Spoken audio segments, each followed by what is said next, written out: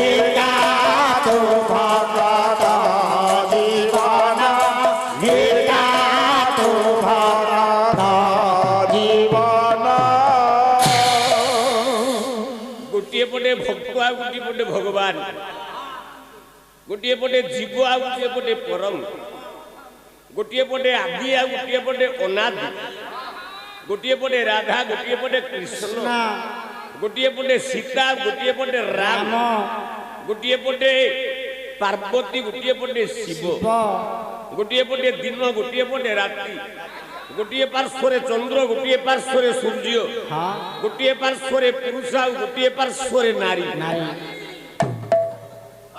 ताहले धेनु पछे पछे गोमा ए धेनु पछे पछे बसा आकु प्रमाण सहित कवि तुलना कले उपमा उपमेय छल रे जीवटा हला बाछुरी परमटा हला गाई तेणु ए गाईर पछे पछे गाई जुआड़े बाछुरी सियाड़े आपण माने गाँ गहली रे देखिथिबे गाई बाछुरी चरुछंती जेते बेले आपण को गुहाल को नै कि जिबे पघाटा का बेकरे देबे बाछुरी बेकरे दियंती पघागी तमो गाँ रे तमो गाँ को गोटे भारी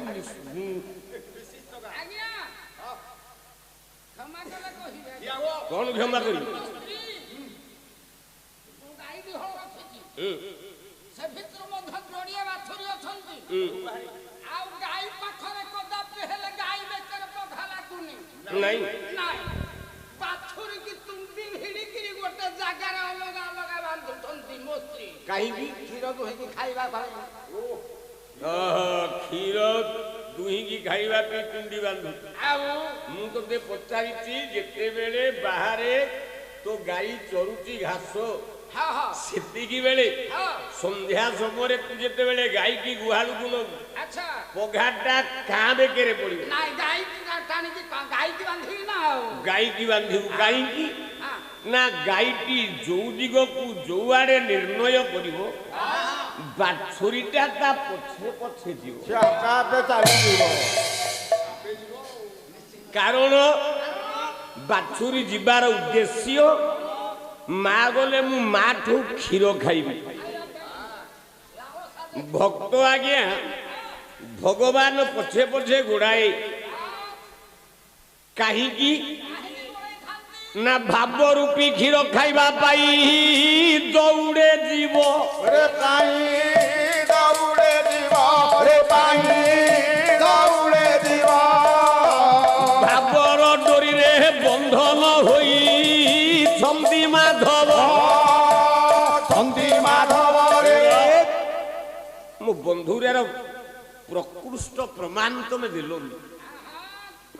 गोटे पिला को पचारिबा भाव क्या कहतु अरे पुआ भाव काहा को कहतु वैकुंठ भाई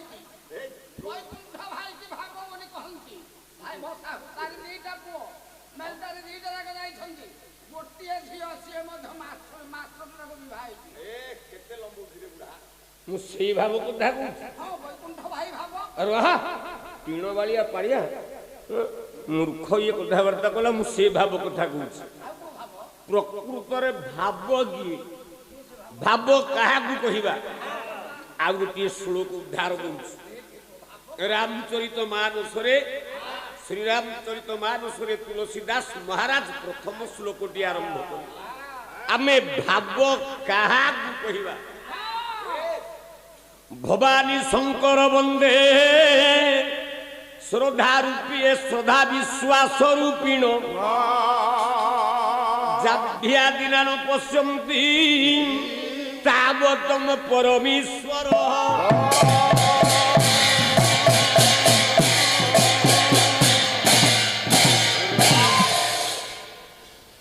ଭାବ କାହାକୁ କହିବା? ଭାବ ରୂପକ ଶବ୍ଦର ଅନ୍ୱୟ କଲା ବେଳେ ଆମେ ଦୁଇଟି ପ୍ରତିଶବ୍ଦ ପାଏ।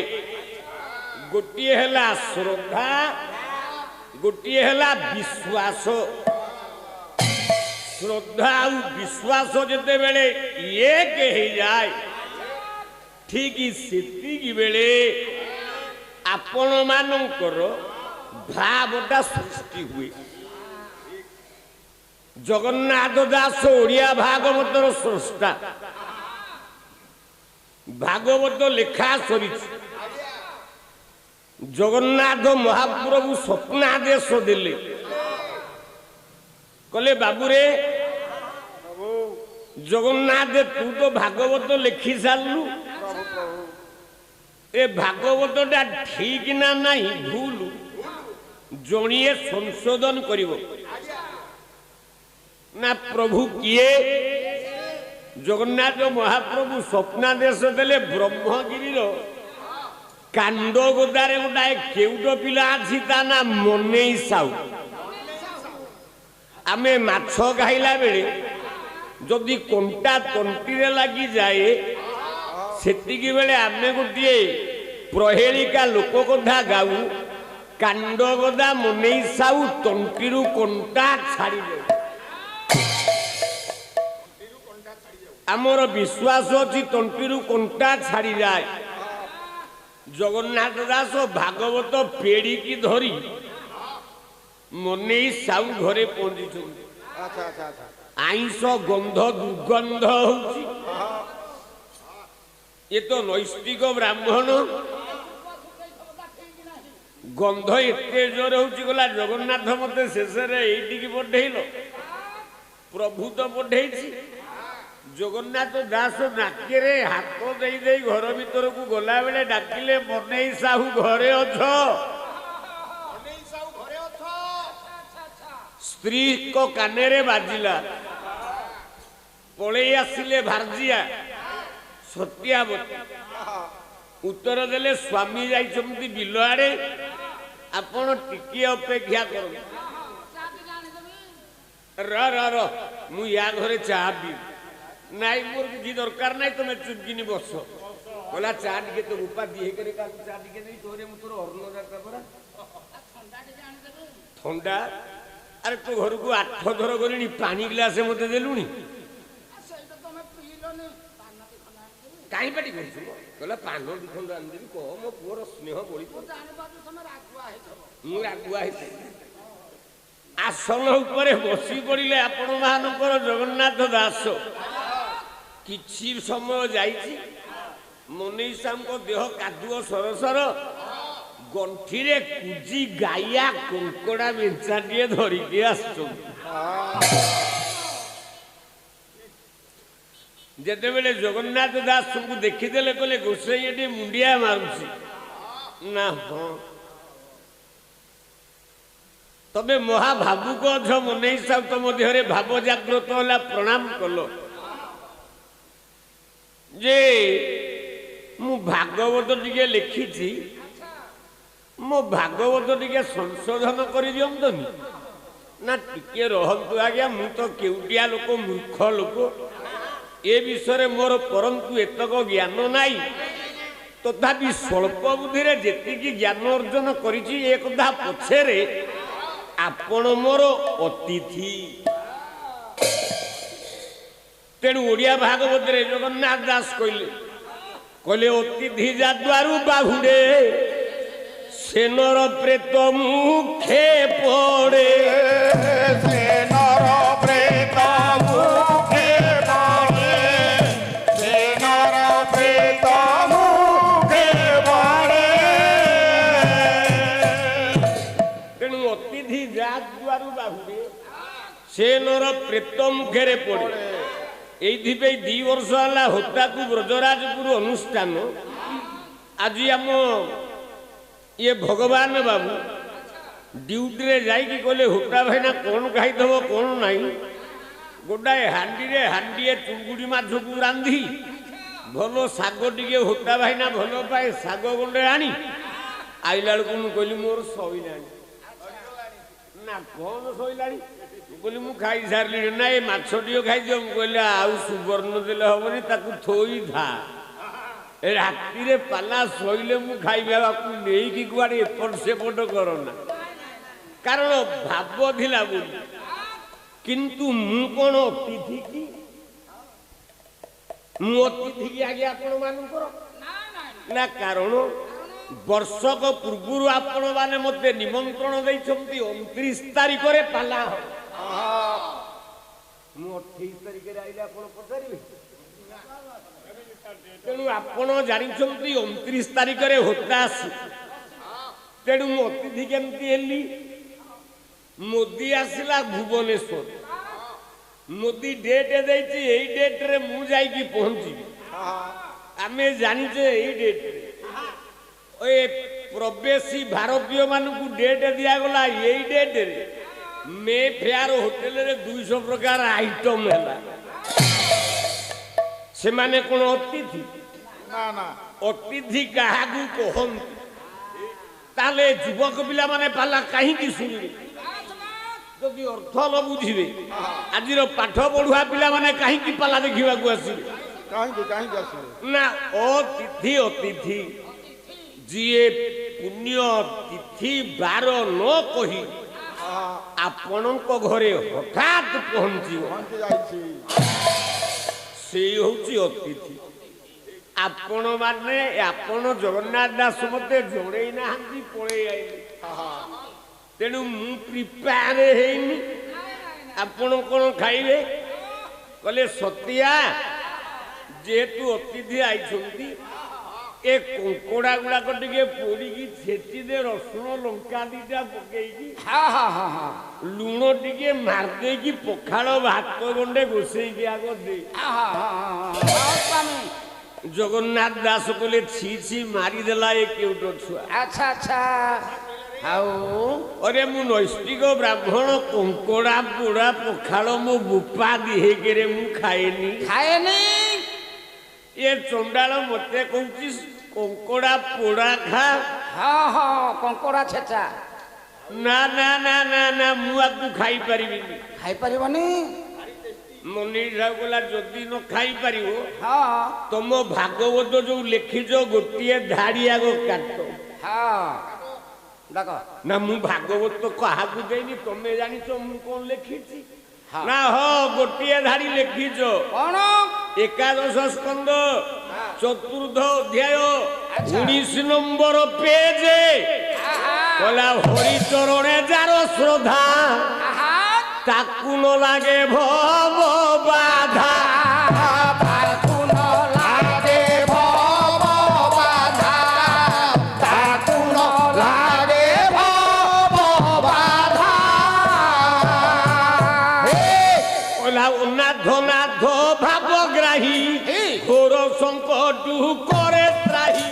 ঘোর সংকট করে ত্রাহি, ঘোর সংকট করে ত্রাহি।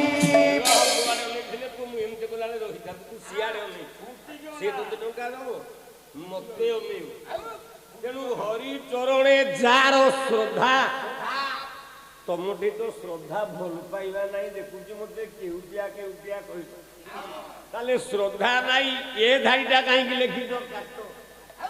ତାପରେ ତମେ କହିଲ କଙ୍କଡା ପୋଡା ଖାଇବନି ତମର ବିଶ୍ୱାସ ମୁଁ ଠିକ ପାଇଲାନି ନା ନା ନା ନା ଭାଗବତରେ ଯୋଉ ଲେଖିଛ ଆଉ ଧାଡି ଟିକେ କାଟ ଆଉ ଧାଡିଟେ କାଟ ନା କଣ କାଟିବି ନା ମୂଳଟି ଅଟଇ ବିଶ୍ୱାସ କହଇ ଜଗନ୍ନାଥ ଦାସ କହଇ ଜଗନ୍ନାଥ କହଇ ଜଗନ୍ନାଥ ଦାସ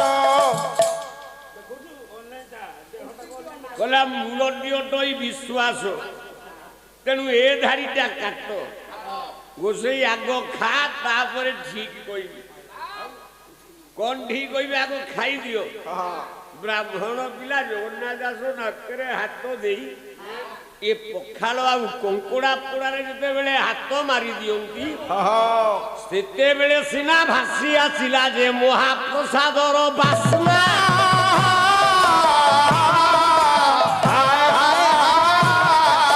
ବିଶ୍ୱାସ ଅଟେ ଜଗନ୍ନାଥ ଏହି କାରବାର ଶିରା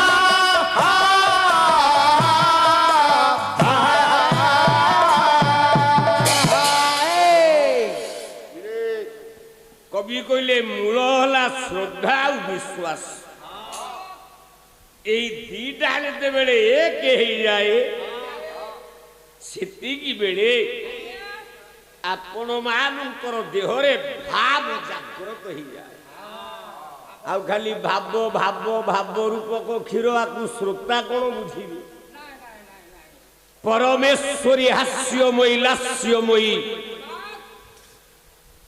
ବିଦୁରର ସ୍ତ୍ରୀ ବିମଳା ସ୍ୱାମୀଙ୍କର ଆଗରେ ଫେରାଦ ଦେଲା କହିଲା ସ୍ୱାମୀ ସ୍ୱାମୀ ସ୍ୱାମୀ ମୁଁ କେହି ଅଛି କିଛି କୃଷ୍ଣ ଚରଣାର ବିନ୍ଦ ଭକ୍ତିରସ୍ତୁ ବୈକୁଣ୍ଠ ପ୍ରାପ୍ତିରସ୍ତୁ ସର୍ବେଶା ମଙ୍ଗଳମସ୍ତୁ ବିଦୁର ସ୍ତ୍ରୀ ବିମଳା ଘରେ ବସିଛନ୍ତି ସାତଟା ଛୁଆ ବିଦୁରକୁ ହେଇଛି ଜ୍ୱର 7 ଦିନ ହେଲା ଘରେ ଛୁଆ ଗୁଡାକ ଉପାସ ଝଡି ବର୍ଷା ହଉଛି ଅନାହାରେ ରହକ ବିକଳ ହେଉଛନ୍ତି ସେଦିନ ପଡିଛି ଏକାଦଶୀ ବ୍ରତ ଭଗବାନଙ୍କୁ ଅନ୍ନଦାନ କରିବା ଭକ୍ତର କର୍ତ୍ତବ୍ୟ ବିମଳା କହିଲା ସ୍ୱାମୀ ଆଜି ଏକାଦଶୀ କଣ ହବ ଜ୍ୱରରେ କମ୍ପି କମ୍ପି ବିଦୁର ଆଜ୍ଞା ଥାଳଟାକୁ ଧରି ଝୁଲାଟାକୁ ଧରି ଚାଲିଲା କଲା ଯାଉଛି ତୁ ଅପେକ୍ଷା କର ଭିକ ମାଗି ଆସିବି ଭିକ୍ଷା କରି ଆସିବା ପରେ ତମେ ଅନ୍ନକୁ ରାନ୍ଧିବ ଯାହା ମୋ ଭାଗ୍ୟରେ ଥବ ଜଗନ୍ନାଥଙ୍କର ରତ୍ନ ସିଂହାସନ କମ୍ପି ଉଠିଲା ବିଚାର କଲେ ଜଗନ୍ନାଥ ମହାପ୍ରଭୁ ପ୍ରଭୁ ବିଚାର କଲେ କହିଲା ଭକତ ଭଗବାନ ଦୁଇ ଏଥିରେ ଭିର୍ନା ଭିର୍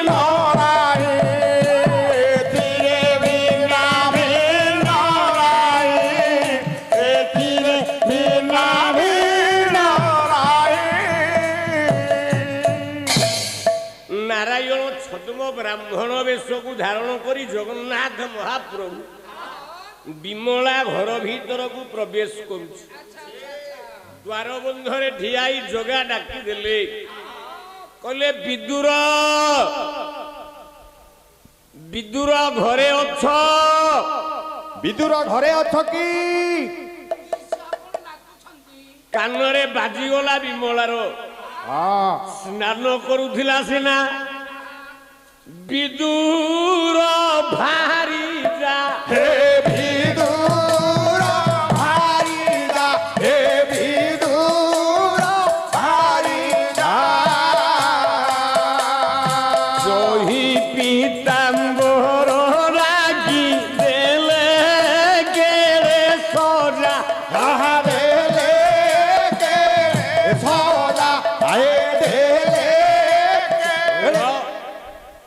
ବିମଳା କାନରେ ବାଜୁଥିଲା ସ୍ନାନ କରୁଥିଲା ବିମଳା କହିଲା ସ୍ୱାମୀ ତ ଅନ୍ନ ନେଇ ଆସିବେ କିଛି ତ ତରକାରୀ ପାଇଁ ପରିବା ନାହିଁ ବାଡିରେ ଉଠିଦବା ଖଡା ଶାଗ କେତେଟା ତୋଳି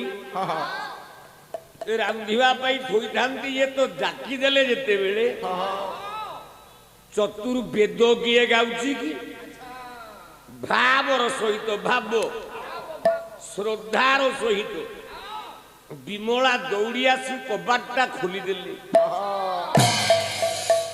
ଗାଧେଇକି ଆସୁଛନ୍ତି ପିନ୍ଧିଥିବା ଗୈରିକ ବସନ ବୋଲେ ଦୋଷିଆ ଲୁଗାଟା ଛାତିରୁ ଖସି ଯାଇଛି ଅର୍ଦ୍ଧ ଯୌବନ ଉଲଗ୍ନା। ନାରାୟଣ ଦେଖିଦେଲେ ଧନ୍ୟରେ ଭକ୍ତ ଧନ୍ୟ ଧନ୍ୟ ତୋର କେମିତିଆ ଶ୍ରଦ୍ଧା ପୀତାମ୍ବର ପୀତବାସ ସିଏ କଲା ବିଦୁହୁ ଝାଟ ଝାଟ ପରିପିତ ପଟ ଡରେ ବିରାଜେ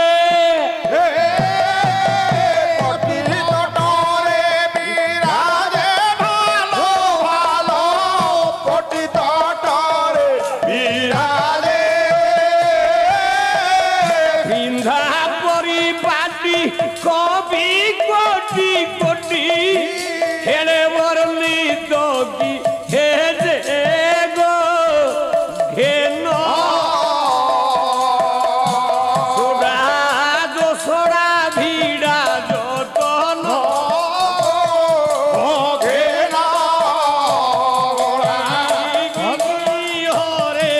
জীবন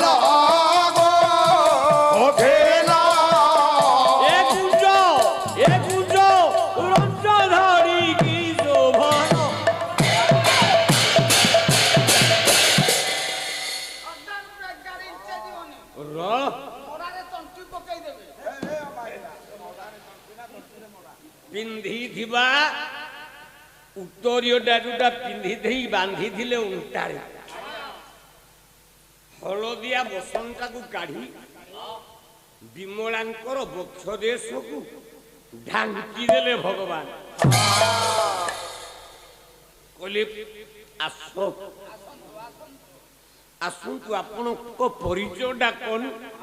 ନା ଅଜ୍ଞାନ୍ତ କୁଳଶୀଳ ବାସନ ଦେୟ ଅଜ୍ଞାନ୍ତ ନା ନା ନା ନା ଗଲା ବର୍ଷ ମୁଁ ଆସିଥିଲା ବେଳେ ମୋର ନାଲି ଗାଡିଟା ଥିଲା। ଆଜ୍ଞା ଆଜ୍ଞା ଆମେ ପାଲା ଗାଇକି ଫେରୁଛୁ କାମାକ୍ଷା ନଗରରୁ। ଆଜ୍ଞା ଗୋଟେ ମାଇପି ଲୋକଟିଏ ରେକୁଳା ଛକ ପାଖରୁ ଠିଆ ହେଇକି ହାତଟା ମାରିଦେଲା।